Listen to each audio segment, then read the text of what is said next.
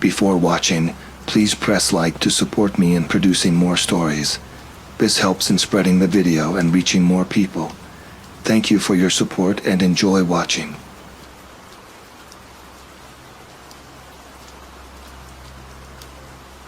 I've always been drawn to abandoned places. There's something about that intoxicating mix of excitement and the creeping dread of the unknown that gets my heart racing. You know what I mean? That feeling of standing on the edge of something both thrilling and potentially dangerous. It's addictive. When I first heard about the old hospital outside of Grand Rapids, it seemed way too tempting to pass up. The locals had been whispering about it for years, spinning tales of hauntings and strange occurrences. But if you ask me, if I were a ghost, I'd haunt a nice mansion or maybe a swanky hotel, not some dusty old medical facility. Still, the stories piqued my curiosity. It was a crisp autumn evening when I decided to finally check the place out.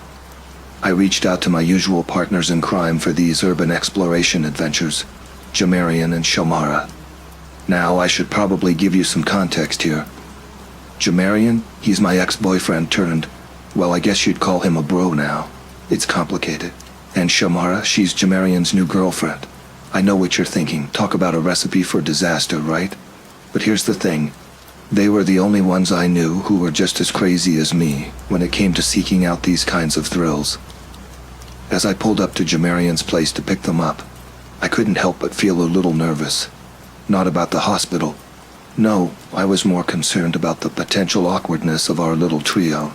But as soon as Jamarian bounded out of the house with that goofy grin of his, followed by a slightly hesitant Shyamara, I knew we'd be all right. You ready for this? I called out the window, trying to sound more confident than I felt. Jamarian practically vaulted into the passenger seat. Born ready, baby. Let's go find some ghosts. Shamara slid into the back, her eyes wide with a mix of excitement and apprehension. I can't believe I let you two talk me into this, she muttered. But there was a smile tugging at the corners of her mouth. As we pulled away from the curb and headed out of the city, I couldn't help but feel a surge of excitement. This was what I lived for, the open road, good company, albeit complicated, and the promise of adventure lurking just around the corner. The drive out to the hospital was interesting, to say the least. It quickly became apparent that this wasn't exactly Shamara's scene. The girl hated bugs with a passion that bordered on phobia, and don't even get me started on spiders. Every time a mosquito so much as looked at her through the car window, she'd start freaking out. Jamarian, being the perfect gentleman he is, and by that I mean a complete ass, decided to have some fun with her nervousness. Every so often he'd suddenly tense up and point behind her, pretending to see something huge and hairy.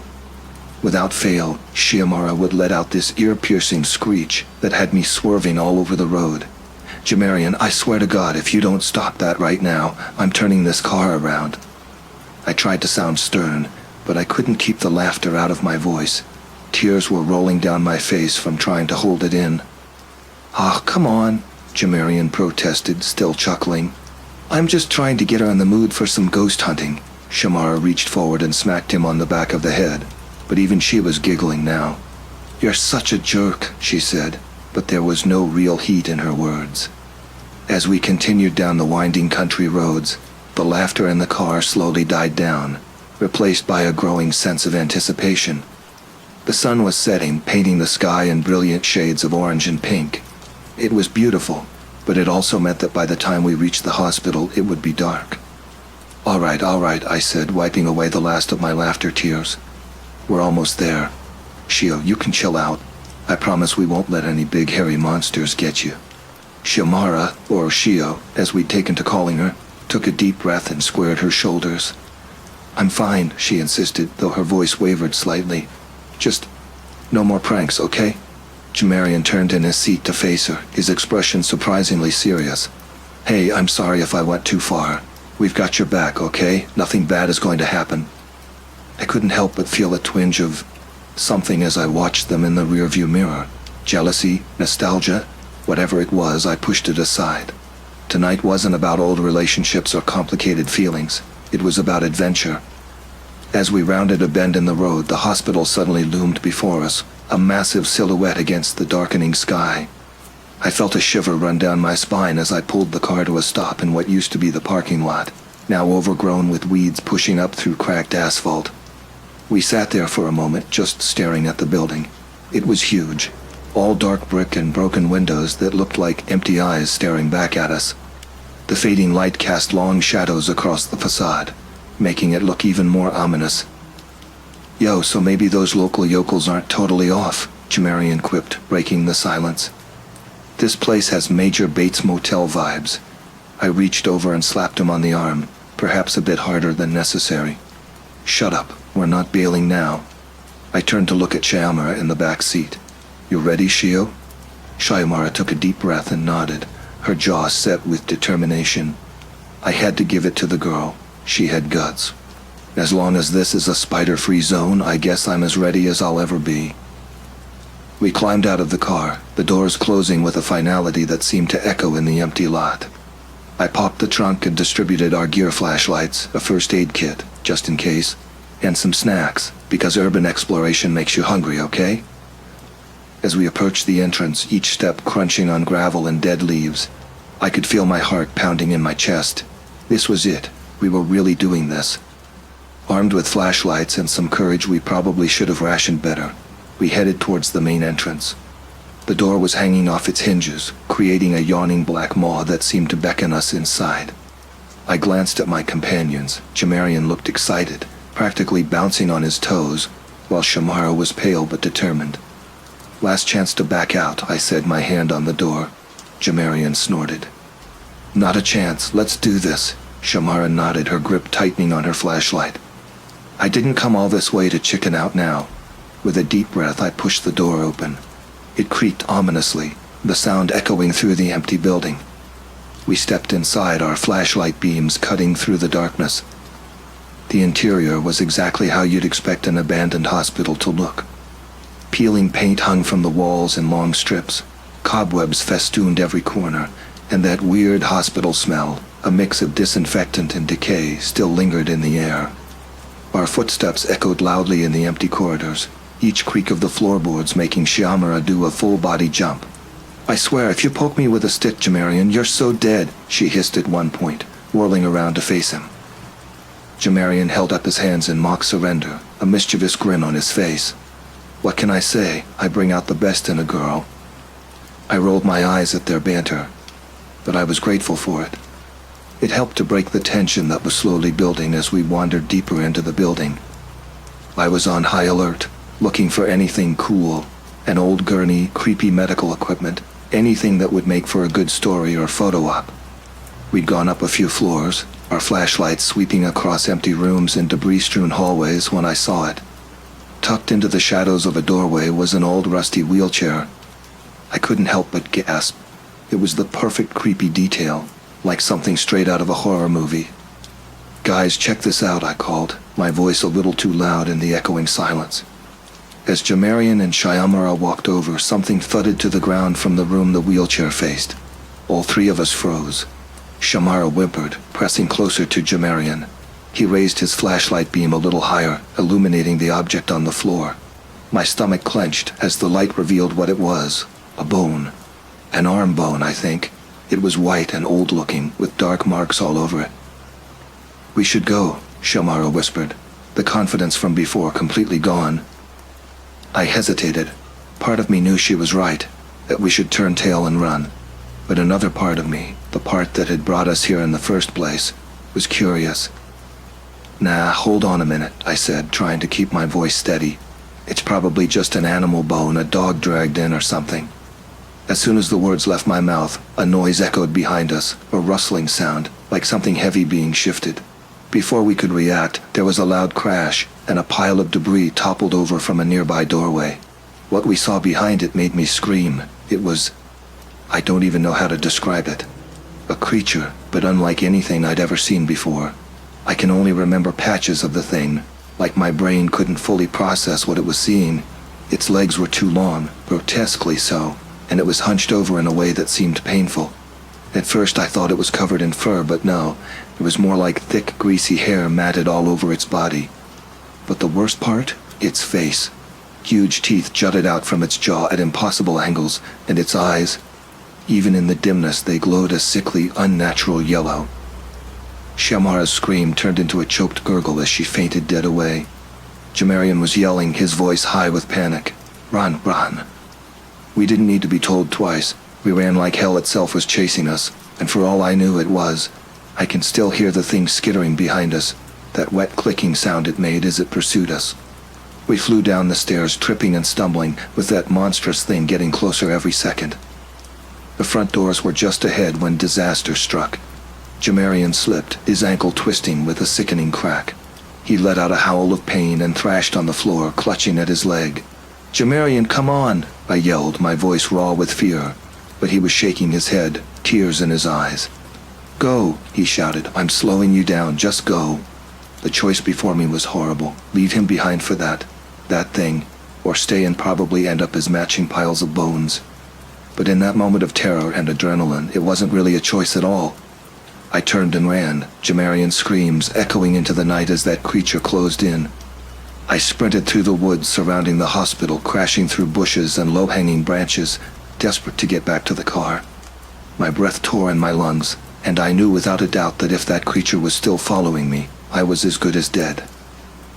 Suddenly, my foot caught on an exposed tree root, and I tumbled headfirst down a slope. I slammed into a tree trunk, the world spinning around me. Groaning, I tried to get up, but my vision was swimming, and the ground seemed to tilt beneath me. I lay there, the night sound seeming distorted and far away. Movement flickered at the periphery of my vision, and my heart hammered in my chest. Was that? No, it couldn't be. My vision began to fade, and all that remained was that wet, clicking sound, slowly getting closer.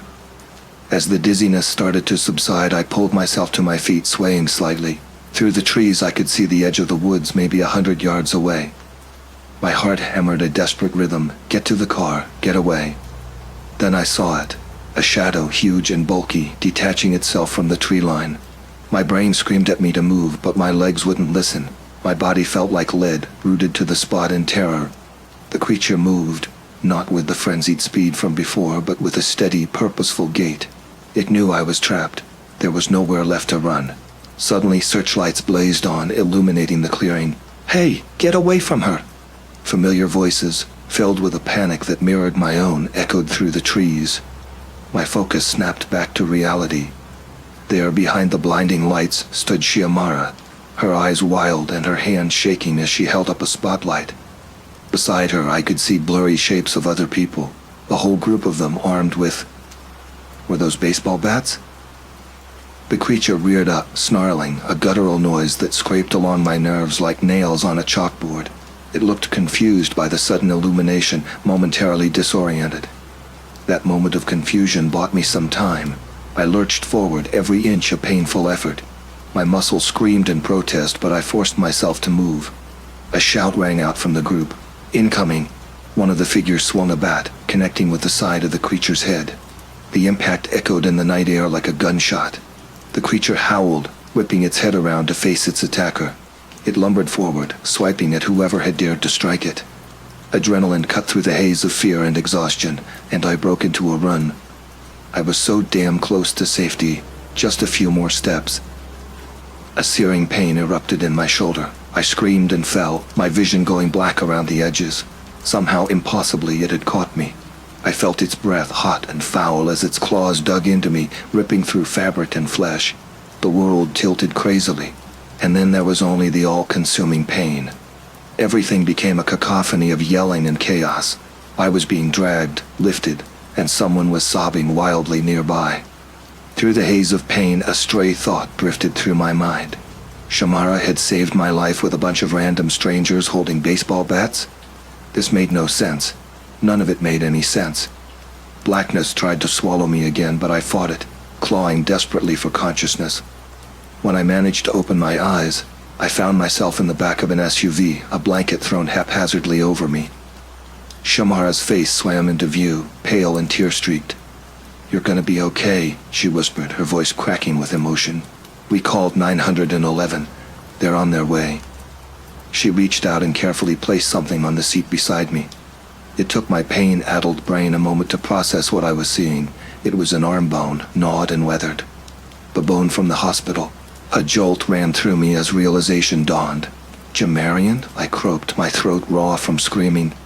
Shamara nodded, fresh tears spilling down her cheeks. They found him before that thing could get to him. He's hurt, broken, but he's alive. Relief washed over me, quickly followed by a wave of guilt. I had left him behind, and yet somehow, miraculously, he had survived. The rest of that night is a blur in my memory. Paramedics arrived, their sirens piercing the night. There were questions, so many questions, and a rush to the hospital. Not the abandoned one this time, but a real, functioning hospital with bright lights and the smell of antiseptic. I drifted in and out of consciousness, aware of stitches being put in, painkillers coursing through my system. Police officers seemed to materialize at my bedside, wanting my statement over and over again. Through it all, Shyamara was a constant presence, a fierce protector against the chaos. It wasn't until days later, when the worst of the pain had subsided and my head had cleared somewhat, that I finally got the full story of what had happened after I ran from the hospital. Shamara, it turned out, had shown incredible presence of mind in the face of absolute terror. After I ran, she sprinted back toward the car, figuring we'd left it unlocked with the keys inside. In a wild bit of desperation, she hit the alarm button, hoping the noise would scare off the creature. That drawn-out, piercing car alarm echoing through the woods.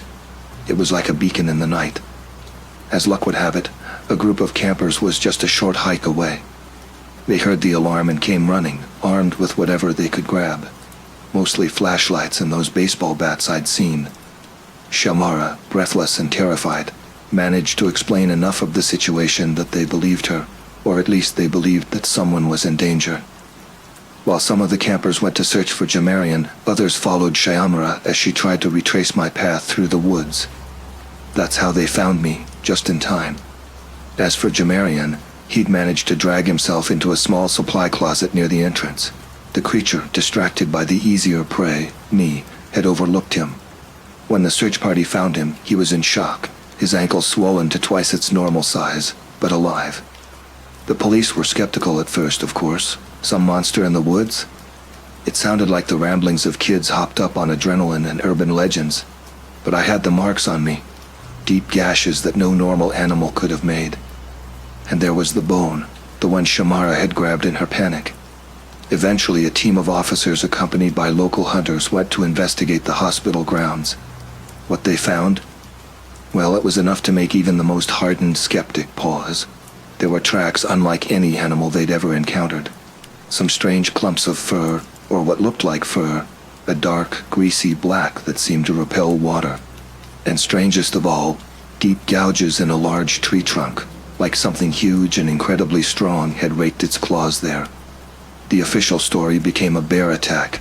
It was easier to accept than the horrifying truth. I've seen the looks people give me when I say what I really saw. Pity mostly. Sometimes fear, like they think I've lost my mind.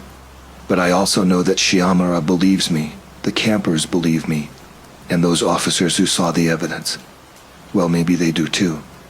It's been months now since that night. Sometimes I still wake up screaming, drenched in sweat and shaking. I jump at every shadow and the nightmares. Let's just say that creature still haunts me in those dark hours. Jamarian's recovery has been slow. Multiple surgeries to repair the damage to his ankle, months of physical therapy. He doesn't talk about what happened in those moments after I left him. Who could blame him? But sometimes I catch him looking at me, and I wonder if he resents me for running. I know I resent myself. Shamara and I have grown closer through all of this, shared trauma, I suppose. She's been my rock, always there when the memories become too much. Her relationship with Jamarian, well, that's complicated.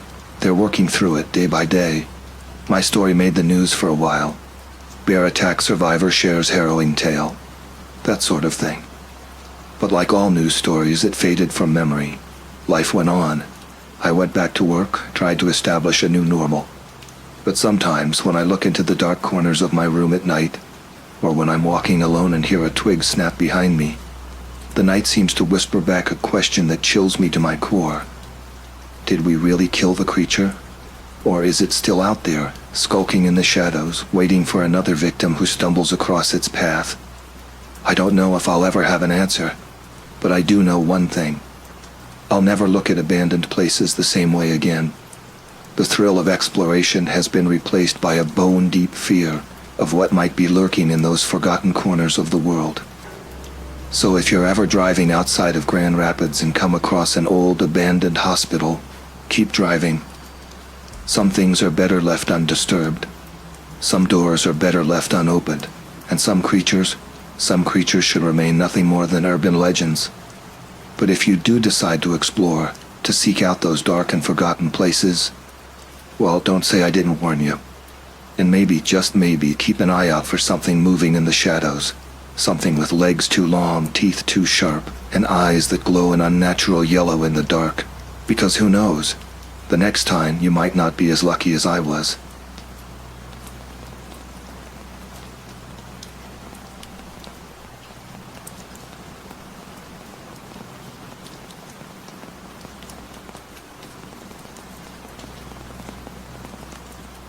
You know those missing person flyers you see taped to store windows? The ones that make you pause for a moment, a fleeting thought for the lost soul before you continue on with your day? Well, let me tell you, it's a whole different ballgame when it's your town, your street, your own best friend staring back at you from that weathered piece of paper. My name is Alex, and this is the story of how my best friend Caden disappeared, and how our world turned upside down in ways I never thought possible.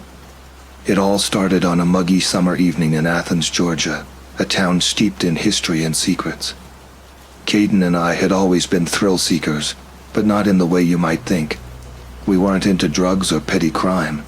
Our addiction was exploring forgotten places, abandoned factories, overgrown railway tracks, old buildings with just enough of a spooky vibe to get our hearts racing.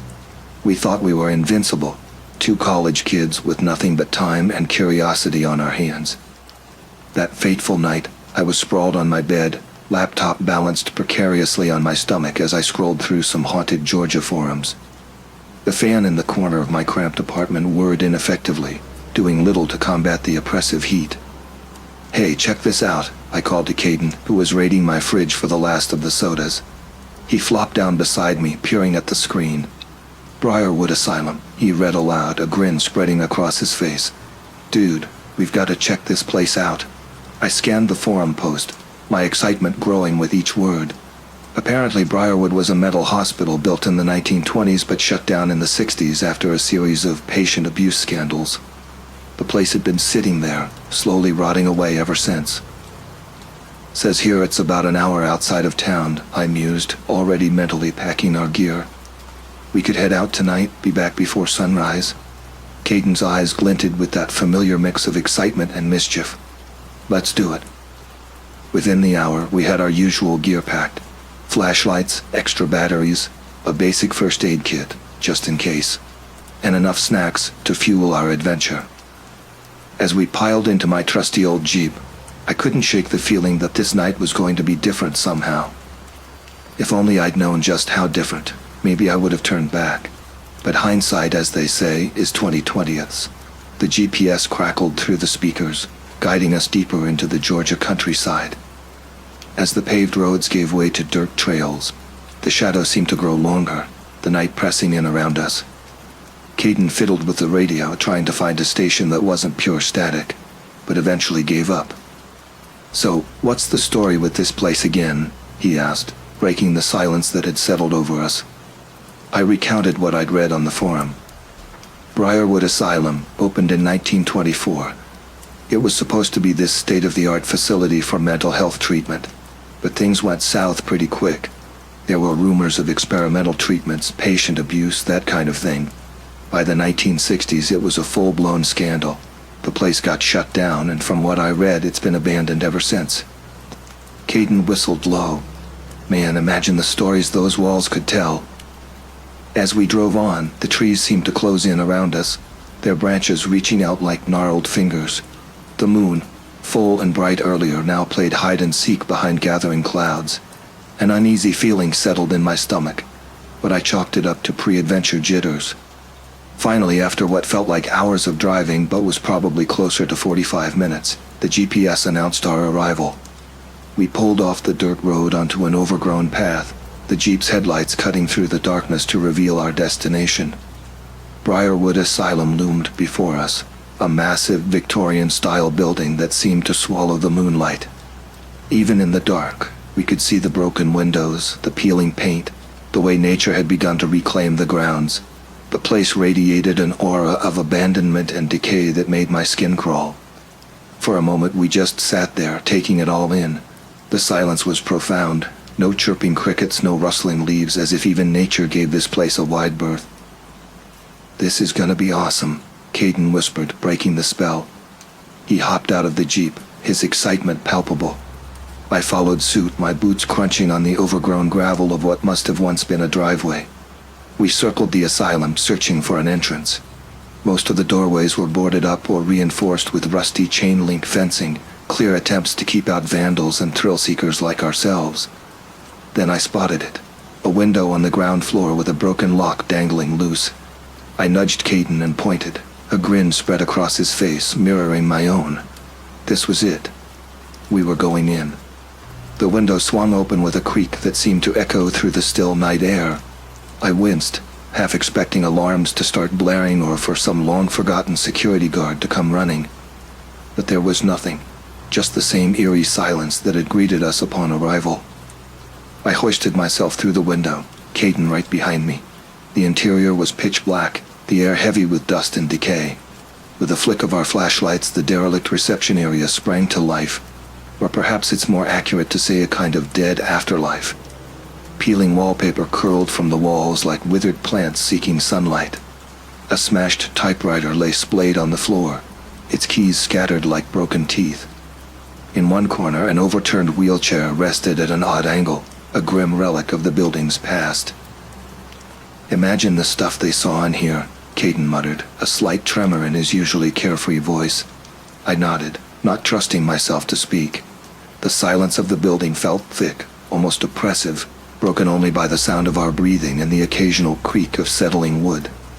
We moved deeper into the asylum, our flashlight beams cutting through the gloom. We explored empty wards, their beds long since stripped bare, leaving only rusted frames. Examination rooms still held ancient, intimidating equipment whose purpose I didn't want to guess at. Long corridors stretched before us, lined with doors marked in faded numbers. It was exactly what you'd expect from a classic horror movie setting, and if I'm being honest, I was getting the prickles up my neck. But it was exhilarating too. This was what we lived for, the thrill of discovery, the adrenaline rush of being somewhere we shouldn't be.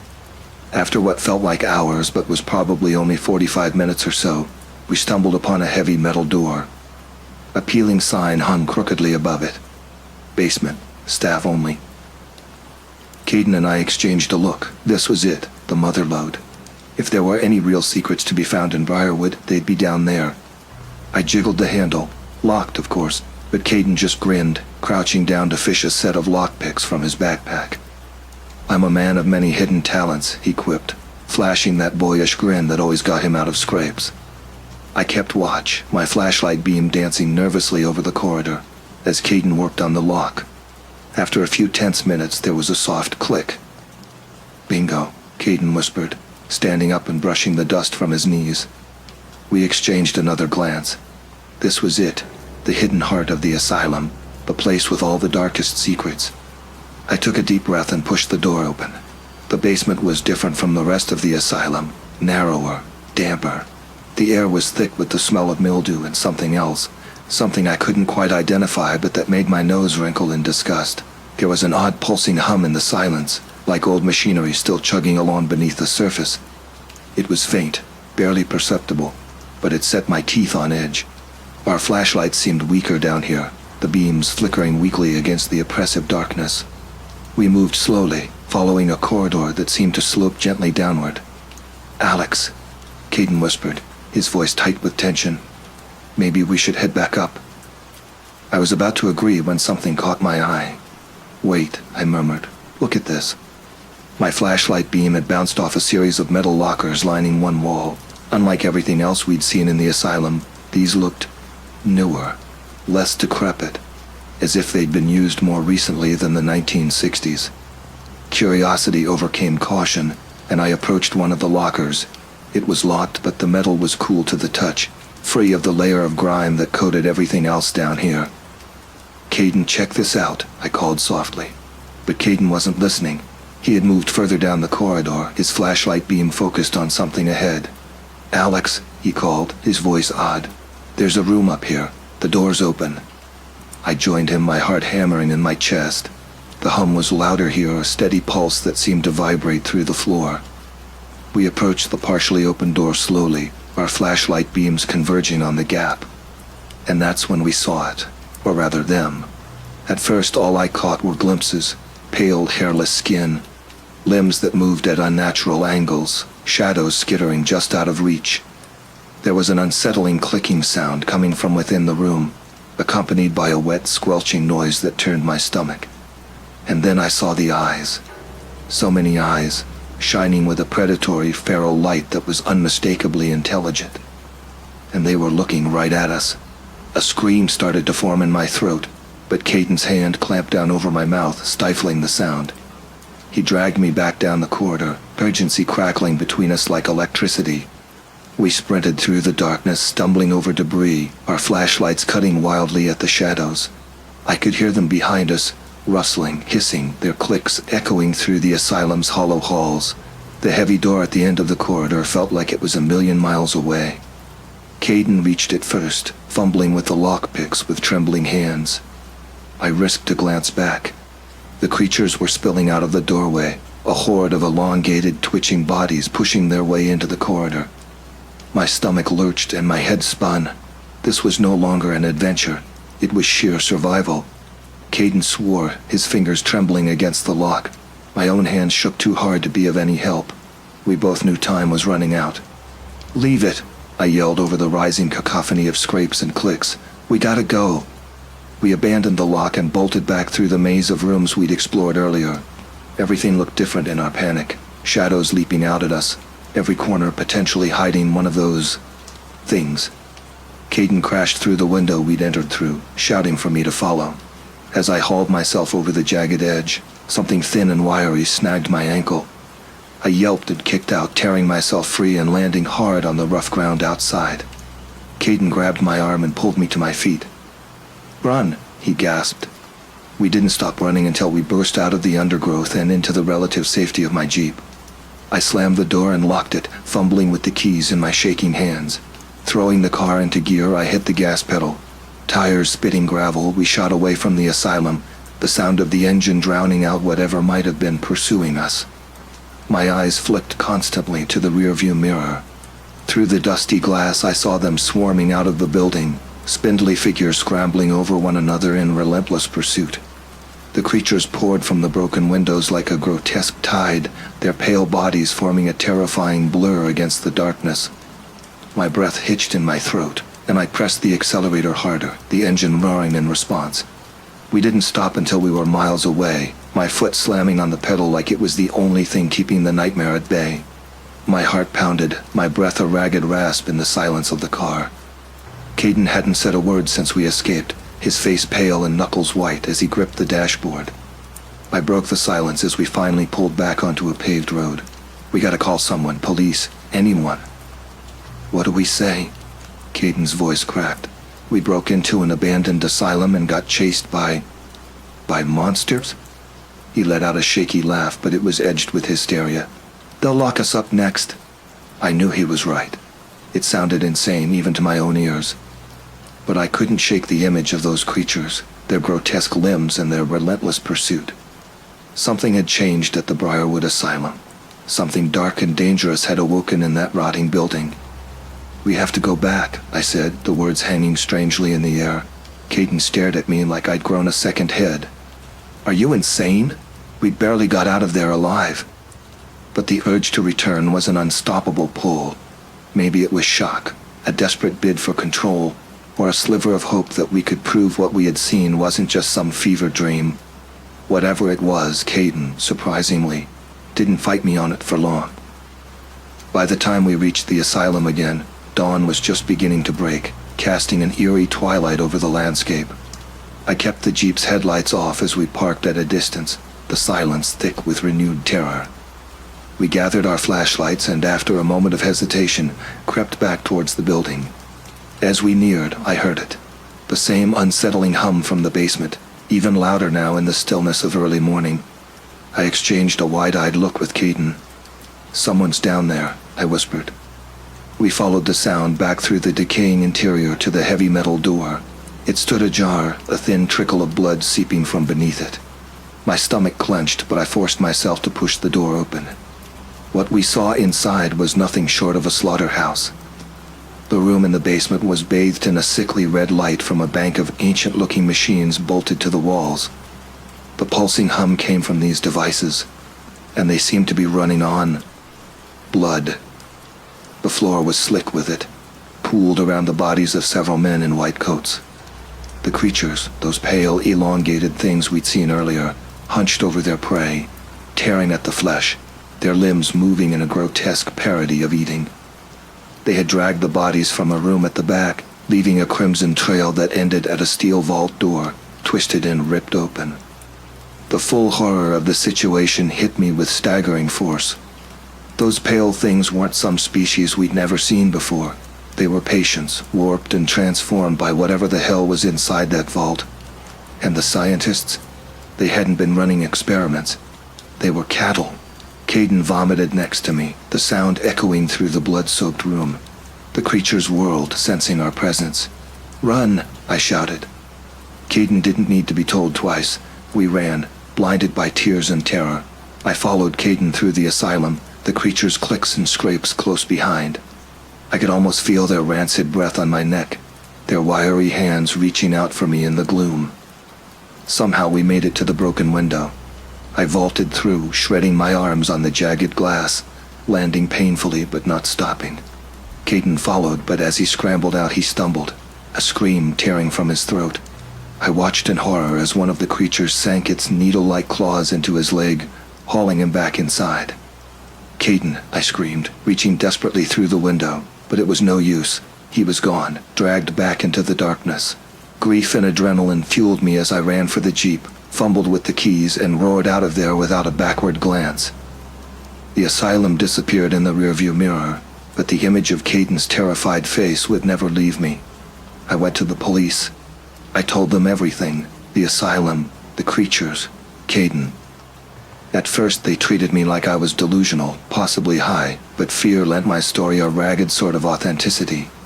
When I described the basement, the machinery, a flicker of recognition crossed the sergeant's face. "Wait, Briarwood Asylum," he said, an edge to his voice that wasn't there before. "There's a file." He disappeared into the back of the station and returned with a worn, bulging folder marked Briarwood Project Classified. Inside were yellowed documents, experiment logs, photos, and they confirmed my worst fears. Decades ago, Briarwood hadn't just been an asylum. It was a secret government research facility. They were working on a kind of regenerative serum, but the results had been unstable. The project and the patients had been buried until now. With the evidence backing my story, a full-scale operation descended on the asylum. The local force was joined by hazmat teams, military units, the works. I was both vindicated and sickened all at once. I told myself that Caden's disappearance wouldn't be in vain, that whatever evil had festered at Briarwood would finally be stopped. The news reports trickled out over the following weeks. They found the vault, the machinery, just like I had described. And the creatures, they eradicated them, put them down like the dangerous mutated animals they'd become. The whole site was quarantined, then burned to the ground, with every scrap of evidence carted away into the shadowy world of government secrecy. In the years that followed, I tried to reclaim some semblance of a normal life, but normal felt hollow. Sleep was plagued by nightmares, and I saw the creatures' clicking forms in every flicker of shadow, heard their hisses in the wind. The price of our youthful adventure had been paid in full. Caden was never found. His parents put up those missing person flyers I mentioned at the beginning of this story. Every time I saw his face smiling out at me from a store window or a telephone pole, my gut twisted with guilt and grief. I've spent countless hours wondering what happened to him. Was he transformed into one of those things? Did he manage to escape somehow, only to be caught up in the government's cleanup operation? Or is he still down there, trapped in some hidden corner of the asylum's burnt-out shell? There's always that lingering thought in the back of my mind. What else is out there? Hidden behind crumbling asylum walls and government red tape, what other horrors lurk in the forgotten corners of the world, waiting for a curious kid with a sense of adventure and a lockpick to set them free? I don't go exploring abandoned places anymore. The thrill is gone, replaced by a bone-deep terror of what might be hiding in the shadows. But sometimes, on sleepless nights when the moon is full and the wind whispers through the trees, I find myself drawn to my computer, scrolling through those same paranormal forums that led us to Briarwood. I tell myself I'm looking for closure, for some hint of what really happened that night. But deep down, I know the truth. I'm searching for Caden, and I'm terrified of what I might find. So the next time you see a missing person flyer, take a moment. Really look at the face staring back at you. And remember that behind every one of those flyers is a story that might be far stranger and more terrifying than you could ever imagine. As for me, I'll keep searching. For Caden, for answers, for some way to make peace with the horrors we uncovered. But mostly I'll be watching, because now I know the truth. The monsters are real, and they're closer than we think.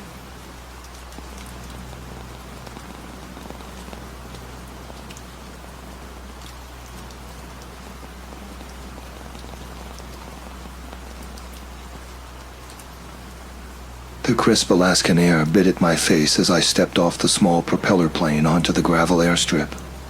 It was early June, and despite the near-constant daylight of the Arctic summer, a chill still hung in the air. I shouldered my heavy backpack, loaded with camera gear, and took a deep breath. The scent of pine and wild herbs filled my lungs, invigorating me after the long journey from my home in Seattle. My name is Wilder Johnston, and I'm a wildlife photographer. For as long as I can remember, I've been drawn to the untamed corners of the world, seeking out the creatures that most people only dream of encountering. It's not just about getting the perfect shot, though that certainly drives me. It's about the thrill of the chase, the raw connection with nature, and those rare moments when you realize you're witnessing something truly extraordinary. This particular adventure had brought me to the small town of Coldfoot, a remote outpost along the Dalton Highway in northern Alaska. With a year-round population of just 10 people, it was little more than a truck stop and a place for travelers to rest before pushing on into the true wilderness beyond. But for me, it was the gateway to my most ambitious project yet. As I made my way to the small lodge that would serve as my base for the next few days, I couldn't help but feel a mix of excitement and trepidation. My goal was to capture images of the elusive wildlife in the Brooks Range, a vast expanse of mountains and tundra that stretched for hundreds of miles across northern Alaska. Grizzly bears, caribou, moose, all the iconic animals of the last frontier were on my list. But it was the wolves that had truly captured my imagination. In the lodge's small dining room that evening, I struck up a conversation with a grizzled local named Tom. His weathered face spoke of decades spent in this harsh environment, and I was eager to hear any insights he might have. "Wolves, eh?" Tom said, taking a sip of his coffee. "Yeah, we got plenty of those up in the mountains, but if you're looking for something really special, you might want to keep your ears open for stories about the Wahila." I leaned in, intrigued. "The Wahila? What's that?" Tom's eyes twinkled with a mix of mischief and something darker, perhaps a hint of fear. "It's an old legend among some of the native tribes up here. They say it's like a wolf, but bigger, much bigger, and it walks on two legs sometimes." I chuckled, assuming he was pulling my leg. "Sounds like Bigfoot's Arctic cousin." "Laugh if you want," Tom shrugged, "but I've been up here 40 years and I've seen things that don't have any right to exist. The Brooks Range is old country, wild in a way most folks can't understand. You be careful out there, young man." I nodded politely, but inwardly I dismissed his warning. I'd heard similar stories in other remote areas I'd visited, local legends designed to spook outsiders or explain away perfectly natural phenomena. Still, as I headed to my room that night, I couldn't shake a faint sense of unease. The next morning I met with Harlan Mackenzie, the bush pilot I'd hired to fly me deep into the Brooks Range. He was a wiry man in his 50s, with a no-nonsense attitude that immediately put me at ease. If anyone could get me safely into and out of the wilderness, it was Harlan.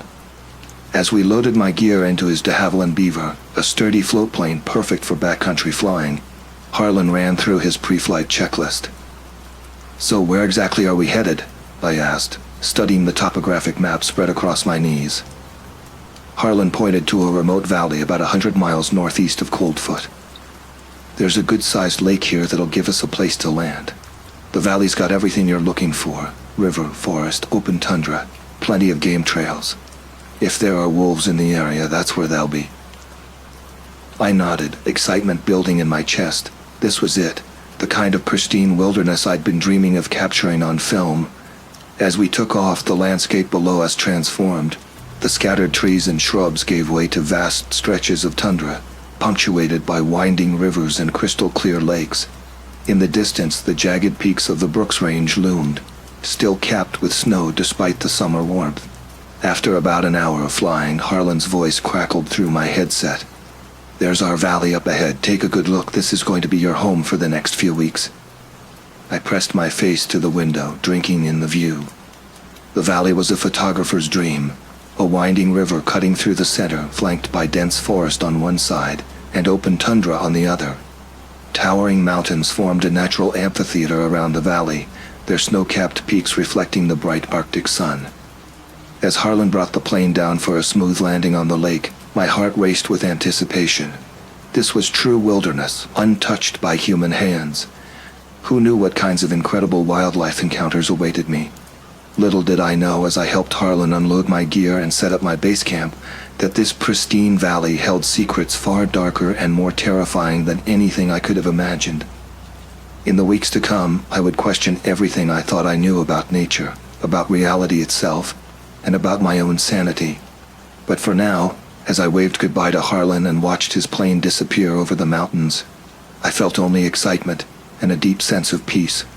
I was alone in one of the most beautiful and remote places on Earth, ready to capture its wonders on film. If only I had known what was watching me from the shadows of the forest, even then. Perhaps I would have begged Harlan to take me back to civilization, but hindsight, as they say, is 20/20ths, and some lessons can only be learned the hard way. The first few days in the valley were a blur of activity. I spent hours scouting locations, setting up camera traps along game trails, and getting a feel for the rhythm of this untamed place. The silence was the first thing that struck me, a deep, profound quiet broken only by the occasional call of a bird or the distant rush of the river. My base camp was situated on a small rise overlooking the valley, giving me a commanding view of my surroundings. I'd brought a sturdy four-season tent, designed to withstand the unpredictable Arctic weather. Despite the constant daylight of the Arctic summer, nights could still be brutally cold, so I'd packed plenty of warm gear. On my third day, I awoke just after midnight to a haunting sound, the howl of a wolf echoing across the valley. I scrambled out of my sleeping bag, fumbling for my camera. By the time I unzipped the tent, the howling had stopped. But the thrill of knowing these elusive creatures were nearby kept me awake for hours. As the days passed, I fell into a routine. Mornings were spent checking and repositioning camera traps. Afternoons dedicated to long hikes with my handheld camera, searching for any sign of wildlife. The evenings I reserved for reviewing footage, charging batteries, and planning the next day's excursions. It was on one of these evening reviews, about a week into my stay, that I caught my first glimpse of something truly extraordinary. I was scrolling through images from a camera trap I'd set up near the river when a blur of movement caught my eye. I zoomed in, heart racing. There, partially obscured by the underbrush, was a massive wolf. But something about it seemed off. Its proportions were wrong somehow, its shoulders too broad, its legs too long. And its eyes, even in the grainy night vision image, they seemed to glow with an unnatural intensity. I shook my head, telling myself it was just a trick of the light, or perhaps a perspective issue with the camera. Still, I couldn't shake the uneasy feeling that settled in the pit of my stomach as I stared at those glowing eyes. That night I dreamt of running through the forest, pursued by something I couldn't see, but could feel breathing down my neck. I awoke in a cold sweat, the first tendrils of dawn creeping over the mountains. As the days wore on, my unease grew. It wasn't just the isolation. I'd worked alone in remote areas before and had always relished the solitude. This was different. a constant prickling sensation at the back of my neck, as if I were being watched. Movement glimpsed out of the corner of my eye, only to vanish when I turned to look. I tried to rationalize it, tell myself it was just the natural wariness that comes from being alone in bear country. But deep down, I knew it was more than that. Something was out there, something that didn't want to be seen but was always watching. It was on day 12 that I found the tracks. I'd hiked several miles upstream, following the river to a series of small waterfalls I thought might make for good wildlife photos. As I was setting up my tripod on the muddy bank, something caught my eye. At first, I thought they were bear tracks. The print was certainly large enough. But as I knelt to examine them more closely, my blood ran cold. The shape was all wrong for a bear. It looked more like a massive canine print, but the stride length suggested whatever made it had been walking on 2 legs. I fumbled for my camera, hands shaking as I snapped photo after photo of the tracks. My mind raced, trying to come up with a rational explanation. A bear with deformed paws, some kind of hoax. But I knew, with a certainty that chilled me to my core, that these tracks were real, and whatever had made them was still out there, somewhere in the vastness of the Brooks Range. That night, as I huddled in my tent reviewing the photos of the tracks, I heard it again, that low, mournful howl, but this time it was closer, much closer. And there was something in its tone that spoke not of a wild animal, but of something other, something that didn't belong in this world. I clutched my satellite phone, finger hovering over the call button. I could contact Harlan, have him come extract me first thing in the morning, but what would I tell him? That I was spooked by some weird tracks and my own overactive imagination? Pride won out over fear, and I set the phone aside. I was a professional after all. I'd come here to document the wildlife of the Brooks Range, and I wasn't about to let some unexplained phenomenon scare me off. As I drifted into an uneasy sleep, I had no idea how drastically my world was about to change. In the coming days, I would face horrors beyond my wildest nightmares, and my very understanding of reality would be shaken to its core. But for now, I slept, unaware of the yellow eyes that watched my tent from the edge of the forest, biding their time. The next few days passed in a haze of nervous energy. I threw myself into my work with renewed vigor, as if by focusing on the task at hand, I could somehow ward off the creeping dread that had taken root in my mind. I expanded my search area, setting up additional camera traps and spending long hours hiking through the rugged terrain. The beauty of the landscape was undeniable, sweeping vistas of snow-capped peaks, meadows bursting with vibrant wildflowers, and the ever-present rush of the river carving its way through the valley. But even as I marveled at the raw wilderness around me, I couldn't shake the feeling of being watched. It was constant now, a prickling sensation at the back of my neck that never fully subsided. I found myself jumping at small noises, whirling around to peer into the shadows between the trees. On the afternoon of the 15th day, I was checking a camera trap I'd set up near a small clearing when I heard it, a low, guttural growl that seemed to come from everywhere and nowhere at once. I froze, my hand instinctively going to the canister of bear spray on my belt. For several long moments I stood perfectly still, straining my ears for any further sound. But there was nothing, just the gentle rustle of leaves in the breeze and the distant call of a raven. As I turned to head back to camp, movement caught my eye. There, at the edge of the clearing, stood a figure. For a split second, I thought it was a bear standing on its hind legs. But as my eyes focused, I realized with a jolt of terror that what I was seeing was no bear. It was vaguely wolf-like in shape, but massive, easily 7 or 8 feet tall. Its fur was a mottled gray, matted in places and hanging in ragged clumps. But it was the creature's posture that sent chills down my spine. It stood upright on 2 legs, its front paws, hands, hanging at its sides like a grotesque parody of a human stance. And its eyes, God, its eyes. They glowed a sickly yellow in the fading light, fixed on me with an intelligence that was decidedly unanimal. I don't know how long we stood there, locked in that terrible staring contest. It could have been seconds or hours. Then, as suddenly as it had appeared, the creature turned and loped off into the forest, moving with a speed and grace that belied its massive size. I ran back to my camp, my heart pounding so hard I thought it might burst from my chest. As soon as I reached the relative safety of my tent, I grabbed the satellite phone and called Harlan. "Harlan," I gasped as soon as he picked up. "I need you to come get me. Tomorrow morning, first light. I can't stay here anymore." There was a long pause on the other end of the line. When Harlan spoke, his voice was calm, steady. "Wilder, what's going on? Are you hurt?" I took a deep breath, trying to steady my nerves. How could I explain what I'd seen without sounding completely insane? "I'm not hurt," I said finally, "but I've seen something. Something I can't explain. I don't feel safe here anymore." Harlan sighed. "Listen, kid. I've been flying these parts for 30 years. I've heard all kinds of stories from folks who get spooked out there in the wild. 9 times out of 10, it's just their imagination playing tricks on them. Are you sure?" "I'm sure." I cut him off, my voice sharper than I intended. "Please, Harlan, I need to get out of here." There was another long pause. "All right," he said finally. "Weather permitting, I'll be there at first light, but Wilder, be careful tonight. Whatever you think you saw, just remember, you're in bear country. Keep your wits about you." As I ended the call, a wave of relief washed over me. In less than 12 hours, I'd be out of this godforsaken valley. I'd go back to civilization, develop my photos, and try to forget about the terror of the past few days. But as the light faded and night settled over the valley, I realized my ordeal was far from over.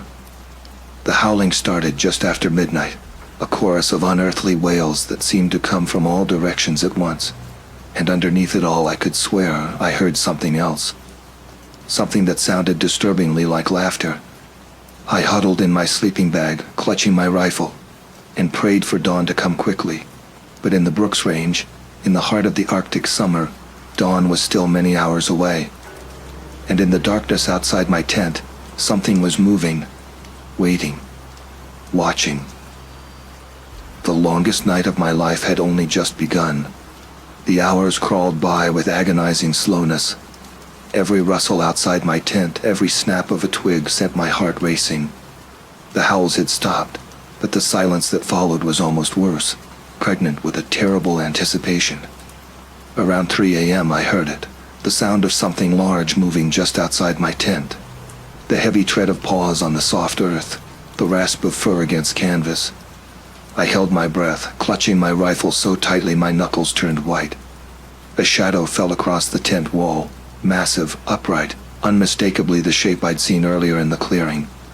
I watched, paralyzed with fear, as a clawed hand reached out, tracing the contours of the tent. In that moment, survival instinct took over. I lunged for my backpack, fumbling for the flare gun I kept for emergencies. Just as the creature began to tear at the tent fabric, I fired. The night exploded into brilliant red light. A bone-chilling howl of pain and rage split the air, and I caught a glimpse of the beast as it recoiled. Matted fur, yellow eyes wild with fury, teeth bared in a snarl that was more human than animal. I didn't wait to see more. I burst out of the tent, flare gun in one hand, rifle in the other, and ran. I ran like I'd never run before, crashing through underbrush, splashing across streams, my lungs burning as I gulped the cold night air. I don't know how long I ran or in what direction. All I knew was that I had to put as much distance between myself and that thing as possible. When I finally collapsed, exhausted, I found myself in a small copse of trees near the river. As I lay there, gasping for breath, I became aware of a low, rhythmic sound. At first, I thought it was just the blood pounding in my ears, but as my breathing slowed, I realized it was coming from somewhere nearby. It sounded almost like chanting. Curiosity overcame fear, and I crept towards the sound. Through the trees, I saw a flickering light, a campfire. Hope surged through me. Other people. I'd been so sure I was alone out here. But as I drew closer, that hope turned to icy dread. Around the fire sat 3 figures, their features hidden by heavy robes. The chanting was coming from them, a guttural, rhythmic sound that made my skin crawl. And there, just beyond the circle of firelight, stood the creature. Its yellow eyes reflected the flames as it swayed in time with the chanting, letting out occasional growls that sounded almost pleased. I must have made a sound, a gasp, a whimper, I'm not sure. But suddenly, all eyes were on me. The chanters stood as one, their robes falling away to reveal faces that were horrifyingly inhuman. twisted parodies of wolves and men. The creature let out a triumphant howl and lunged towards me. I raised my rifle and fired once, twice, 3 times. The bullet struck home, but the beast didn't even flinch. It just kept coming. In that moment, I knew with terrifying certainty that I was going to die. But just as the creature's claws were about to close around me, the night sky erupted with light and sound. Harlan's plane roared overhead, so low I could feel the heat from its engines. The beast recoiled, howling in fury and confusion. The chanting figures scattered into the woods. I ran towards the river where I could see Harlan's float plane touching down on the water. He'd come early, thank God. Maybe he'd heard the gunshots, or maybe some sixth sense had told him I was in danger. As I scrambled into the plane, I risked one last look back. The creature stood at the tree line, its yellow eyes boring into me with a hatred that chilled me to my core. Then Harlan gunned the engine, and we were skimming across the water, lifting into the air. I babbled the whole way back to Coldfoot, pouring out my story in a frantic, disjointed stream. To his credit, Harlan didn't interrupt, didn't tell me I was crazy. He just listened, his face grim. When we landed, he finally spoke. "I've heard stories," he said quietly. "Old legends from the native tribes. Things that live in the deepest parts of the wilderness. Things that shouldn't exist." He shook his head. I never believed them. Until now. In the days that followed, as I recovered in Coldfoot, I developed my photos with shaking hands. Most were ordinary, beautiful shots of the landscape, a few blurry images of normal wildlife, but there was one from the camera trap by the river that made my blood run cold. A massive, upright figure caught in mid-stride, matted fur, elongated limbs, a face that was a nightmarish blend of wolf and man, and those eyes, even in the grainy image, they glowed with an unholy light. I've never shown that photo to anyone. I'm not sure I could bear the questions, the disbelief, the implication that it was all a hoax or a trick of the light.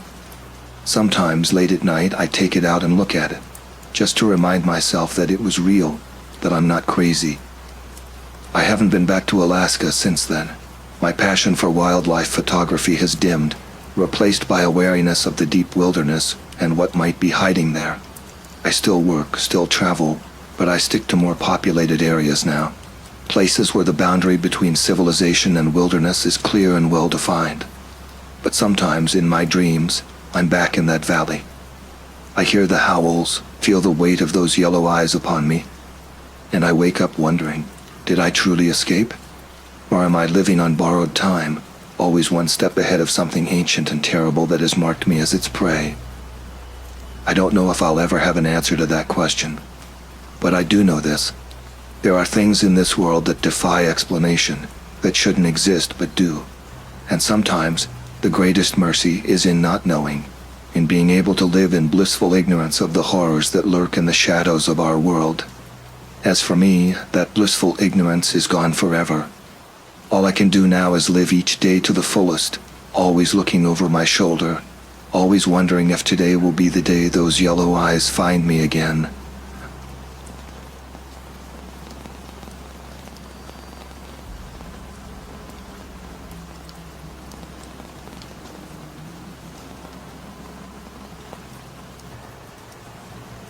I've always been a small-town guy, born and raised in Millbrook, Vermont, a tiny speck on the map nestled against the edge of Green Mountain National Forest. It's the kind of place where the hardware store doubles as the town's social hub, and everyone knows your business before you do. I'm Jake Hawkins, and this is my story. For as long as I can remember, I've worked at Millbrook Hardware. It's a family business passed down from my grandfather to my father, and eventually to me. The store itself is nothing special, a weathered wooden building with a creaky screen door and shelves stocked with everything from nails to fishing lures. But it's ours, and it's been the backdrop to my life for the past 30-some years. Millbrook is one of those places where not much ever happens. The biggest excitement we usually get is when Old Man Johnson's tractor breaks down during harvest season, or when the high school football team makes it to regionals. It's quiet, predictable, and safe. At least, that's what I always thought. I remember the day everything changed like it was yesterday, though it's been a few years now. It was early autumn, that perfect time of year when the air turns crisp, and the leaves begin their transformation into a kaleidoscope of reds, oranges, and golds. The forest that surrounds our town becomes a painter's palette, drawing tourists from all over New England to gawk at the foliage. That particular Saturday started like any other. I woke up at dawn, made a pot of coffee strong enough to wake the dead, and headed to the store to open up. The morning passed in a blur of customers buying last-minute supplies for home improvement projects before winter set in. By noon, things had quieted down, and I found myself leaning against the counter, idly flipping through a fishing magazine. The bell above the door jingled, and in walked Jack Thornton, one of our local hunters and outdoorsmen. Jack was pushing 70, but he still moved with the easy grace of a man half his age. His weathered face crinkled into a smile as he approached the counter. "Morning, Jake," he said, tipping his well-worn hunting cap. "Got any of them new LED flashlights in stock? My old one's on its last legs." I nodded, leading him to the camping supplies aisle. As I helped Jack pick out a new flashlight, we fell into our usual easy conversation about the weather, local gossip, and the upcoming hunting season. "Say, Jake," Jack said as we walked back to the register, "you still do much hiking these days?" I shrugged. "When I can. Haven't had as much time lately, what with running the store and all." "Why do you ask?" Jack's eyes took on a mischievous glint. "Well, I was thinking. There's this old trail I used to know way up in the mountains. It's not on any of them fancy new maps, but it's a real beaut if you can find it. Thought you might be interested, seeing as how you like them challenging hikes." My interest was immediately piqued. I'd hiked most of the well-known trails in Green Mountain National Forest, but the idea of exploring a hidden path was intriguing. "Tell me more," I said, leaning in. Jack lowered his voice as if sharing a secret. "It's an old logging trail. Probably hasn't seen much use in decades. Starts about 10 miles north of Bear Creek Campground. You gotta look sharp to spot it. But there's an old blaze mark on a big oak tree just off the main road. Follow that, and you'll find yourself on one hell of an adventure." He went on to describe the trail in detail, the steep inclines, the dense forest, and the breathtaking view from the summit. By the time he finished, I was already planning my hike in my head. "Sounds perfect, Jack. Thanks for the tip," I said, ringing up his purchase. As he turned to leave, Jack paused at the door. "Just be careful up there, Jake. It's wild country and there's all sorts of critters about. Some folks say there's things in them woods that ain't natural, if you catch my drift." I laughed off his warning. After all, I'd grown up with the local legends and ghost stories. They were just that, stories. "Don't worry, Jack. I'll keep an eye out for Bigfoot," I joked. Jack's expression turned serious for a moment. "You laugh, but there's more truth to some of them stories than folks like to admit. Just watch yourself, that's all I'm saying." With that cryptic remark, he left, the bell jingling behind him. I shook my head, amused by the old man's superstitions. Little did I know that his words would come back to haunt me all too soon. The rest of the day passed uneventfully. As I locked up the store that evening, my mind was already racing with plans for the next day's hike. I'd always been drawn to the solitude of the forest, the challenge of conquering a difficult trail. This new path Jack had told me about seemed like the perfect opportunity to push my limits and explore a part of the mountains I'd never seen before. That night, I meticulously packed my backpack with all the essentials: water, energy bars, first aid kit, map, compass, and an extra layer of clothing. I set my alarm for an early start, eager to make the most of the daylight hours. As I drifted off to sleep, I had no idea that the next day would change my life forever. The quiet, predictable existence I'd known was about to be shattered, replaced by a reality I never could have imagined. In the darkness of my bedroom, I dreamed of mountain vistas and hidden trails, blissfully unaware of the terror that awaited me in the depths of the Green Mountain Forest. The next morning I woke before my alarm, a mixture of excitement and anticipation coursing through my veins. The sun was just beginning to peek over the horizon as I loaded my gear into my trusty old Jeep and set out for the trailhead Jack had described. The drive took me deeper into the Green Mountain National Forest than I'd been in years. As I followed the winding road, the trees seemed to press in closer, their branches forming a canopy that filtered the early morning light. It was beautiful, but there was something almost oppressive about the density of the forest here. After about an hour of driving, I spotted the landmark Jack had mentioned, a massive oak tree just off the road, its trunk bearing the faded remnants of an old blaze mark. I pulled over, double-checking my supplies before setting out on foot. The trail was exactly as Jack had described it, barely visible, overgrown with years of disuse. I had to push through thick underbrush in places, the leaves still wet with morning dew. The air was crisp and clean, filled with the earthy scent of decaying leaves and pine needles. As I hiked, I couldn't shake the feeling that I was the first person to set foot on this path in years. Fallen trees blocked the way in several spots, forcing me to climb over or find a way around. It was challenging, but I relished it. This was exactly the kind of adventure I'd been craving. The forest was alive with sound bird song, the rustle of small animals in the undergrowth, the wind whispering through the leaves. Yet as I climbed higher, I began to notice something odd. The sounds were changing, becoming less frequent. By mid-morning, an eerie quiet had settled over the woods. It was then that I first felt it, a prickling sensation at the back of my neck, as if I was being watched. I stopped, listening intently, but heard nothing beyond a soft sigh of the wind. Shaking off the feeling, I pressed on, telling myself it was just my imagination working overtime in the unfamiliar surroundings. As the day wore on, the trail became steeper and more treacherous. I had to use my hands in places, scrambling over rocky outcroppings slick with moss. The physical exertion helped distract me from the growing sense of unease that had taken root in the pit of my stomach. It was early afternoon when I stumbled upon the clearing. Sunlight streamed through a gap in the canopy, illuminating a small meadow carpeted with late-blooming wildflowers.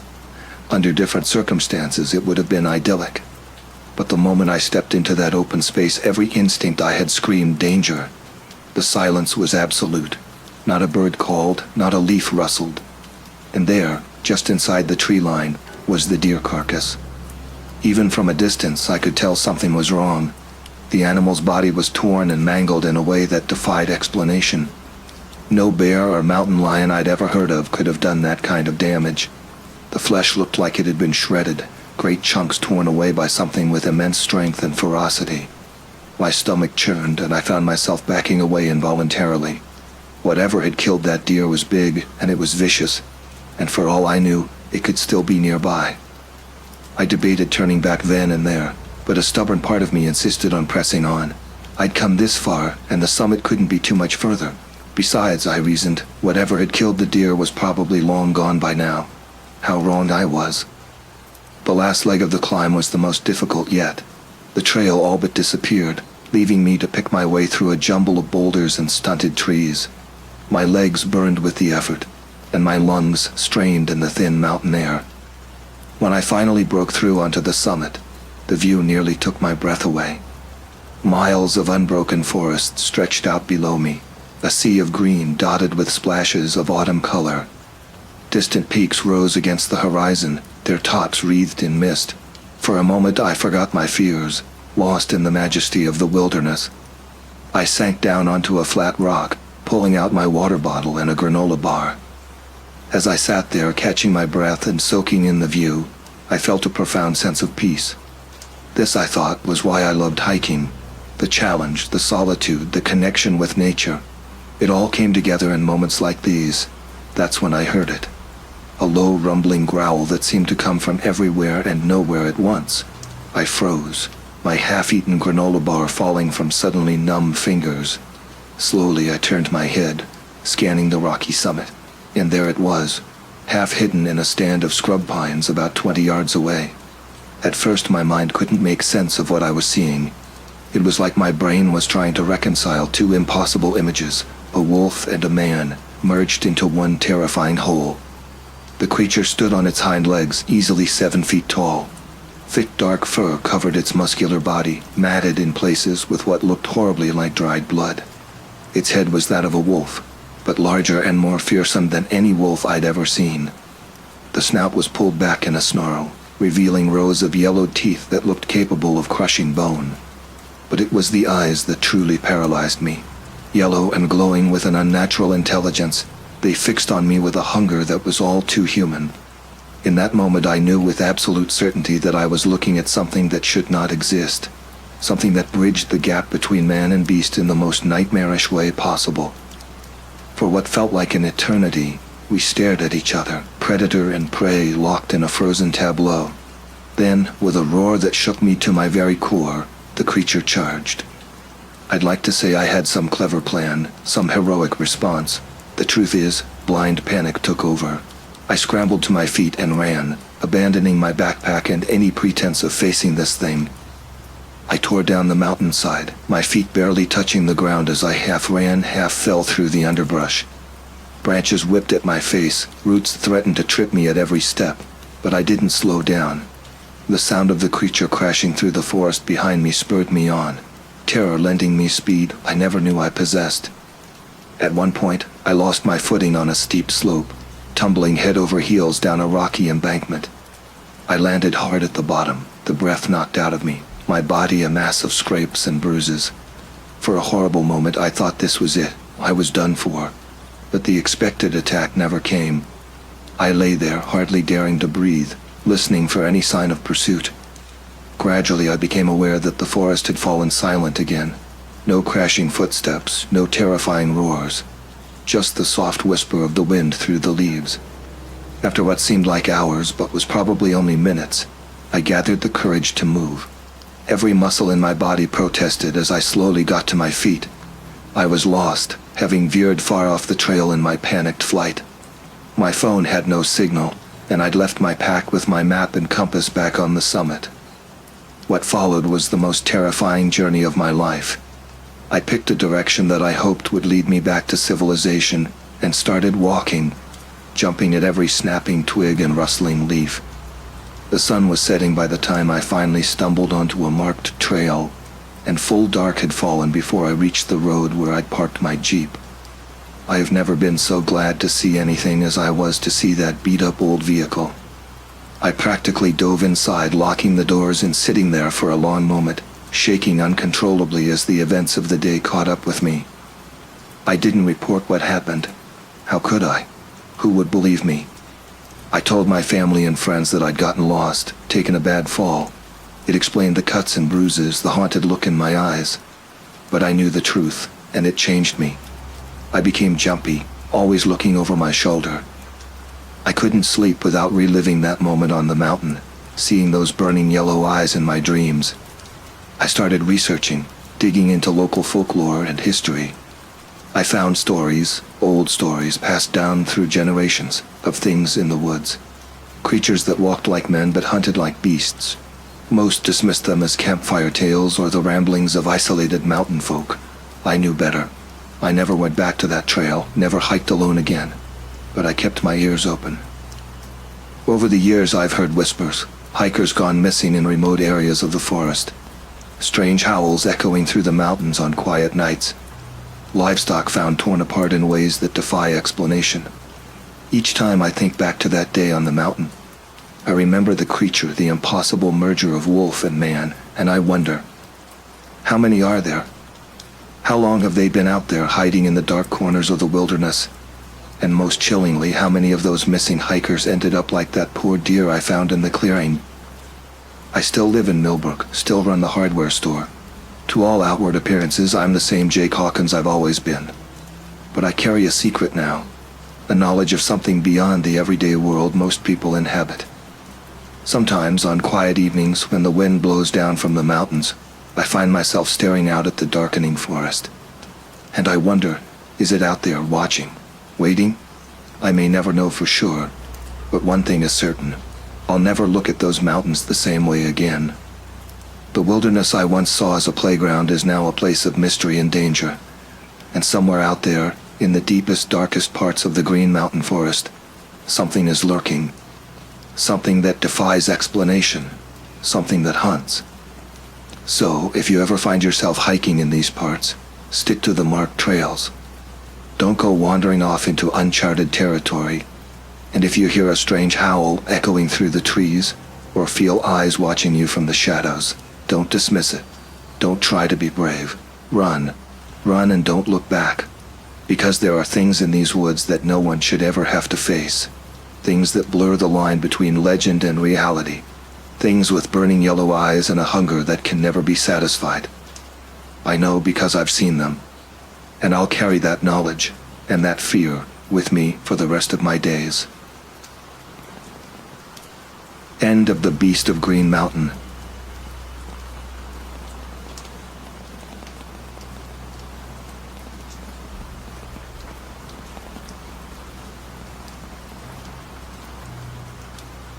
My name's Wyatt, and this is a story I've been hesitant to tell for a long time. It happened a couple of years back, but the memory of it still sends shivers down my spine. I've always been a practical man, not given to flights of fancy or tall tales. But what I experienced that weekend in the Upper Peninsula of Michigan defied everything I thought I knew about the world. Back then, I was working as a mechanic in a small town in southern Michigan. It wasn't a glamorous job by any means, but it paid the bills and kept food on the table. I spent my days elbow deep in engine grease, fixing everything from busted transmissions to faulty alternators. The work was hard, often frustrating, but I took pride in being good at what I did. My one escape from the monotony of my day-to-day life was fishing. Every weekend I could manage it. I'd pack up my old Ford F-150 and head out to the lakes. There was something about being out on the water, surrounded by nothing but trees and sky, that helped me unwind after a long week of dealing with cranky customers and stubborn bolts. It was early September when I decided to treat myself to a longer trip than usual. I'd been saving up my vacation days, and the boss had finally given me the green light to take a full week off. I had my sights set on a remote spot in the Upper Peninsula, a place I'd heard about from some of the old-timers at the local bait shop. "You want real fishing, Wyatt?" Old Bill had said to me one day, his rheumy eyes twinkling. "Head up to Whitefish Lake. It's a bitch to get to, but the trout up there, they'll make you forget every other fish you've ever caught." So that's where I was headed. I spent the week before my trip meticulously preparing. I tuned up the truck, making sure it could handle the long drive. I cleaned and oiled my fishing gear, checked and double-checked my tent and sleeping bag. By the time Friday rolled around, I was chomping at the bit to get on the road. I left town before dawn, the bed of my truck loaded down with camping gear and enough supplies to last me the week. The drive was long, taking me most of the day, but I didn't mind. There was a sense of freedom in watching the landscape change as I headed north, the flat farmlands giving way to rolling hills, and eventually the dense forests of the Upper Peninsula. As the sun began to set, I treated myself to a rare indulgence, a thick, juicy steak at a roadside diner. The place was a classic greasy spoon, all vinyl booths and chrome fixtures, but the food was heavenly. I savored every bite, knowing it might be my last hot meal for a while. It was well past dark by the time I reached Whitefish Lake. The moon was full, casting an eerie silver light over the water. I found a flat spot near the shore and set up camp by moonlight, the beam of my flashlight cutting through the darkness as I wrestled with tent poles and guy lines. Once the tent was up, I got a fire going. The night air had a bite to it, a reminder that fall was coming on fast. I cracked open a cold beer and settled into my camp chair, listening to the gentle lapping of waves against the shore. The stress of the work week, the long drive, it all melted away as I sat there, surrounded by the quiet majesty of the wilderness. I must have dozed off at some point because the next thing I knew, the eastern sky was beginning to lighten. I stirred, shivering a bit in the pre-dawn chill. My fire had burned down to embers, barely giving off any heat. I threw a few more logs on and set about making coffee, the rich aroma helping to chase away the last vestiges of sleep. As I sipped my coffee and watched the sun rise over the lake, I felt a sense of anticipation building. Today was the day I'd find out if Old Bill's stories about the fishing here were true. I wolfed down a quick breakfast of instant oatmeal, then gathered my gear and set out to explore the shoreline. Old Bill had mentioned a particular cove, tucked away down the shoreline, that was supposed to be a prime spot for trout. It took me most of the morning to reach it, picking my way carefully along the rocky shore. But when I finally rounded the last bend and saw the cove spread out before me, I knew immediately that the hike had been worth it. The water was crystal clear, so still it looked like glass. Tall pines crowded right up to the water's edge, their reflections creating a mirror image that was only occasionally disturbed by the rise of a fish. I felt a grin spreading across my face as I rigged up my rod. This was going to be good. I spent hours in that cove casting my line and reeling in fish after fish. Most were too small to keep, but the sheer number of bites I was getting was exhilarating.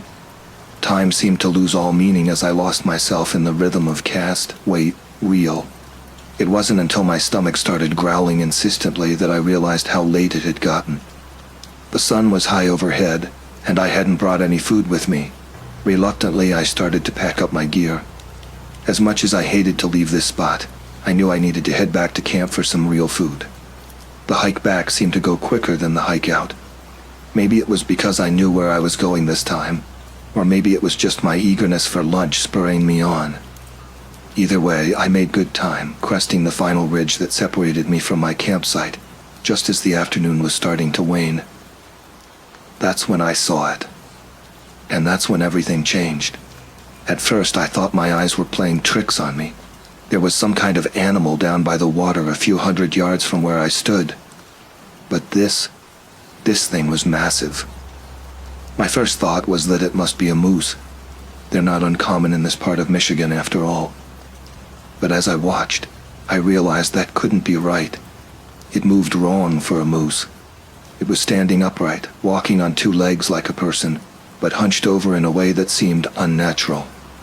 I ducked behind some brush, my heart suddenly pounding so hard I was sure it must be audible. The creature didn't seem to have noticed me, but I wasn't taking any chances. Slowly, carefully, I lowered myself to the ground and started to crawl away, keeping the thing in sight just in case it decided to come my way. When I was sure I was at a safe distance, I risked another look. Now that I had a better vantage point, I had to blink a few times to make sure I wasn't hallucinating. The creature looked like a wolf, but it was enormous, easily 6 feet tall even in its hunched posture. Its head was wrong, too long and pointed for a normal wolf. The fur covering its body was dark and matted, and its forearms... God, those arms looked powerful enough to tear a man in two without breaking a sweat. As I watched, frozen in terror, the creature turned its head. For a heart-stopping moment, I was sure it was looking right at me. A primal fear unlike anything I'd ever experienced before flooded through me. In that instant, I knew with absolute certainty that I was looking at something that shouldn't exist, something that defied everything I thought I knew about the natural world. I got to my feet and ran. I didn't care about stealth anymore, didn't care about anything except putting as much distance between myself and that thing as possible. Branches whipped at my face as I tore through the underbrush, my lungs burning as I gasped for air. I didn't stop running until I reached my truck, fumbling with the keys, my hand shaking so badly I could barely get the door open. I threw my gear haphazardly into the bed of the truck and slammed the gas pedal to the floor, gravel spraying as I fishtailed onto the dirt road. I didn't look in the rearview mirror until I'd put several miles between me and that lake. When I finally did, I let out a shaky breath of relief. There was no sign of any monstrous canine creature loping after me. As the adrenaline began to wear off, I found myself questioning what I'd seen. Had it really happened? Or had I somehow fallen asleep while fishing and had some kind of vivid waking nightmare? But no, the scratches on my arms from my headlong flight through the woods were real enough. And the fear? That bone-deep primordial terror was still very much with me. I drove home with my tail between my legs, vowing to stick to the stocked community ponds from here on out. It wasn't until much later, after I'd had time to process what had happened, that I started doing some research. Turns out there are stories about something like what I saw. People call it a dogman. Most folks think it's just some weird internet myth, a campfire tale to scare the kids. Me? I don't know for sure, but I know what I saw. And I know that out there in those wild places, some things walk that we aren't meant to see. Things that remind us that for all our technology and civilization, we're still just small, vulnerable creatures in a world full of mysteries and dangers we can't begin to comprehend. This is the story of how I came face to face with one of those mysteries, and how it changed everything I thought I knew about the world. The drive home from Whitefish Lake was a blur. I remember snippets, the white knuckle grip I had on the steering wheel, the way every shadow on the roadside seemed to loom and shift in my peripheral vision, the cold sweat that soaked through my shirt despite the chill in the air. I drove straight through the night, stopping only for gas and coffee, desperate to put as much distance as possible between myself and whatever it was I had seen. It was early morning by the time I pulled into my driveway. The familiar sight of my small, weathered house should have been comforting, but instead it felt surreal. How could everything look so normal when my entire world had been turned upside down? I stumbled inside, exhausted beyond belief, but too wired to sleep. I paced my living room, replaying the encounter over and over in my mind. Each time I tried to rationalize what I'd seen. Maybe it was just a bear standing on its hind legs. But no, the proportions were all wrong. A man in a costume, out there, miles from anywhere. It didn't make sense. Eventually, fatigue won out over fear and confusion. I collapsed onto my bed, fully clothed, and fell into a fitful sleep plagued by dreams of glowing eyes and razor-sharp teeth. When I woke, the sun was setting. I'd slept the entire day away. For a moment, as I lay there in the fading light, I almost convinced myself that it had all been a terrible nightmare. But then I saw my fishing gear, still haphazardly piled by the door where I'd dropped it in my haste to get inside, and the reality of what had happened came crashing back. I called in sick to work the next day and the day after that. I told my boss I'd picked up some kind of stomach bug on my fishing trip. It wasn't entirely a lie. Every time I thought about what I'd seen, my gut churned with a mixture of fear and disbelief. For the first few days, I barely left the house. I ordered takeout, binge-watched mindless TV shows, anything to keep my mind occupied. But as the initial shock began to wear off, curiosity started to creep in. I found myself turning to the internet, searching for any information I could find about what I'd encountered. At first, I felt foolish. Grown man looking up monster stories like some kid afraid of the boogeyman. But as I dug deeper, I realized I wasn't alone. There were others out there who claimed to have seen something similar, a creature that walked the line between wolf and man, standing upright on two legs, but covered in fur, with a canine head and powerful clawed hands. They called it the Michigan Dogman. Most of the stories I found were clearly fake, poorly photoshopped images or grainy videos that could have been anything. But some rang true. There was a detail here, a description there, that matched exactly what I'd seen. It sent chills down my spine every time I came across one of these accounts. One story in particular caught my attention. It was from a man who claimed to have encountered the Dogman in the 1930s when he was just a boy. He described how he and his father had been camping in the woods near Traverse City when they heard strange howls in the night. The next morning, they found massive human-like footprints around their campsite. Footprints with claw marks at the ends of the toes. The more I read, the more obsessed I became. I started making notes, compiling a timeline of sightings, marking locations on a map of Michigan. A pattern began to emerge. Most of the credible sightings were concentrated in the northwestern part of the Lower Peninsula and the eastern part of the Upper Peninsula, right where I had been. Weeks passed, and slowly life began to return to some semblance of normalcy. I went back to work, threw myself into fixing cars with a fervor that surprised even me. Maybe I thought if I could just understand how things worked, if I could break them down into comprehensible parts and put them back together, I could make sense of what had happened to me. But even as I tried to move on, the memory of what I'd seen haunted me. I couldn't shake the feeling that I'd glimpsed something I wasn't supposed to, that I'd peered behind a curtain that was meant to stay closed. It changed the way I looked at the world. Every time I drove past the edge of town, every time I saw the trees looming on the horizon, I wondered, what else is out there that we don't know about? I stopped going fishing. My rod and reel gathered dust in the corner of my garage. The thought of being out there alone, vulnerable, was too much to bear. I told my buddies I was too busy with work, that I'd picked up extra shifts to save up for a new truck. They didn't need to know the truth, that the mere thought of being in the woods made my palms sweat and my heart race. Months went by. Winter came and went, the harsh Michigan cold giving way to the first tentative shoots of spring. As the days grew longer and warmer, I found myself thinking more and more about what had happened. The fear was still there, but it was muted now, overshadowed by a growing sense of curiosity, determination. I wasn't sure what to call it. One evening in early May, I found myself sitting on my back porch nursing a beer and watching the sun set. The air was warm, filled with the scent of blooming flowers and fresh-cut grass. In the distance, I could hear the faint sounds of kids playing, dogs barking, the normal, everyday noises of small-town life. As I sat there, I realized something. Yes, what I had seen that day at Whitefish Lake had terrified me. Yes, it had shaken my understanding of the world. But it had also shown me that there was more out there than I had ever imagined. The world was bigger, stranger, more wonderful and terrible than I had known, and I wanted to know more. I made a decision then and there. I was going back. Not to Whitefish Lake, I wasn't quite ready for that. But I would start small.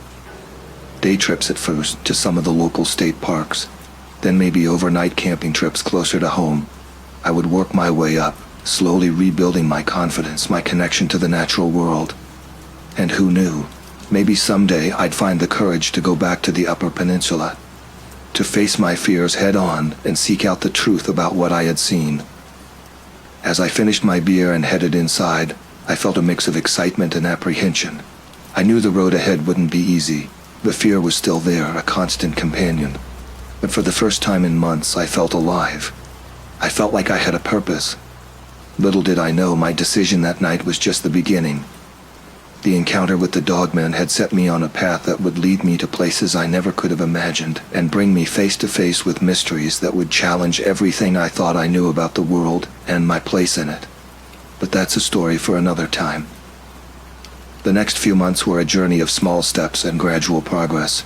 True to my word, I started with day trips to nearby state parks. At first, even the sound of a twig snapping under my boot was enough to send my heart racing. But as the weeks went by, I found myself relaxing, remembering why I had loved being outdoors in the first place. By midsummer, I was ready for my first overnight camping trip. I chose a popular campground, reasoning that the presence of other people would help ease my nerves. That first night, lying in my tent and listening to the night sounds of the forest, I barely slept a wink. But I made it through, and each trip after that got a little easier. As fall approached, I felt a familiar itch. The changing leaves, the crisp air, it all reminded me of that fateful trip to Whitefish Lake. I knew it was time. I had to go back. I planned meticulously, leaving nothing to chance. I told several friends where I was going and when I expected to be back. I bought a satellite phone for emergencies. I even took a wilderness survival course just in case. The drive up to the Upper Peninsula was a mix of excitement and dread. As I crossed the Mackinac Bridge, memories of my last trip flooded back, but I pressed on, determined to face my fears. I arrived at Whitefish Lake in the early afternoon. The familiar shoreline brought a lump to my throat, but I forced myself to set up camp. This time I chose a spot with a clear view of the surrounding area. No surprises this time. The first day passed uneventfully. I fished a little, hiked a little, always staying alert. As night fell, I built a large fire and sat facing the darkness, my back to the flames. Every rustle in the underbrush, every distant howl set my nerves on edge. But nothing came.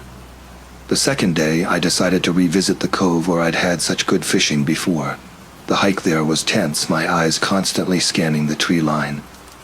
But when I reached the cove, the beauty of the place overwhelmed my fear.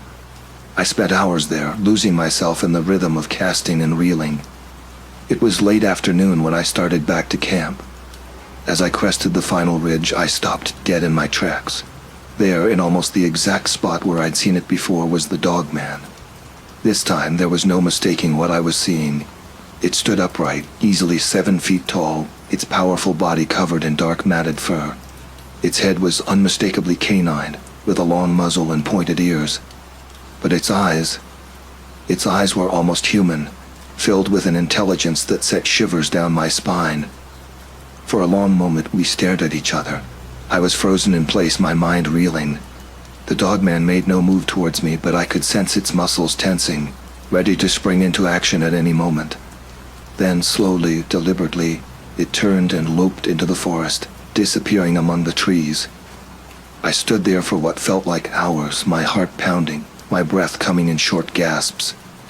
When I finally found the strength to move, I ran back to my campsite, threw my gear into the truck, and drove away as fast as I dared on the rough dirt roads. This time, though, I didn't go home. Instead, I drove to the nearest town and checked into a small motel. I needed time to process what had happened. As I lay in bed that night, unable to sleep, I realized something. Yes, I had seen the dog man again. Yes, it had terrified me. But this time it hadn't chased me. It hadn't tried to harm me. It had simply acknowledged me and then left. Over the next few days, as I slowly made my way back home, I thought a lot about what this meant. The dog man was real. I now had absolutely no doubt about that.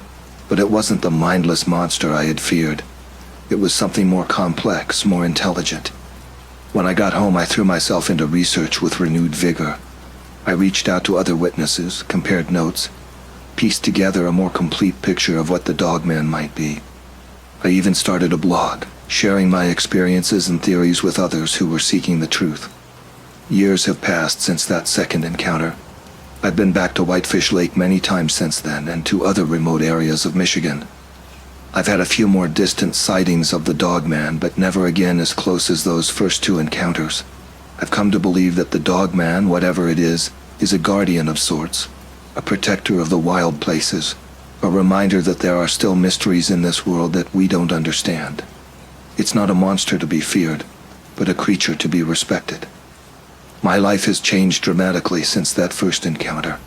I'm no longer a mechanic. These days I make my living as a writer and researcher, specializing in cryptozoology and folklore. I've written books, given lectures, even appeared on a few TV shows. But more importantly, I've found a new appreciation for the world around me. Every time I step into the woods now, I do so with a sense of wonder and respect. I know that there are things out there beyond our understanding, and that knowledge has made my life richer and more exciting than I ever could have imagined. Do I ever regret that fishing trip that started it all? Sometimes in the dead of night when the memories are particularly vivid. But mostly I'm grateful. Grateful for the journey it set me on, for the people I've met along the way, and for the reminder that the world is a far more mysterious and wonderful place than we often give it credit for. As for the dog man, well, I know it's out there, and who knows, maybe someday our paths will cross again. Until then, I'll keep exploring, keep searching, and keep sharing my story with anyone willing to listen. Because in the end, that's what it's all about. Not the fear, not the mystery, but the story. The story of a mechanic who went fishing and found something that changed his life forever. The story of the Michigan dog man. And as long as there are stories like these, as long as there are wild places left in the world, there will always be room for wonder, for mystery, and for the thrill of the unknown.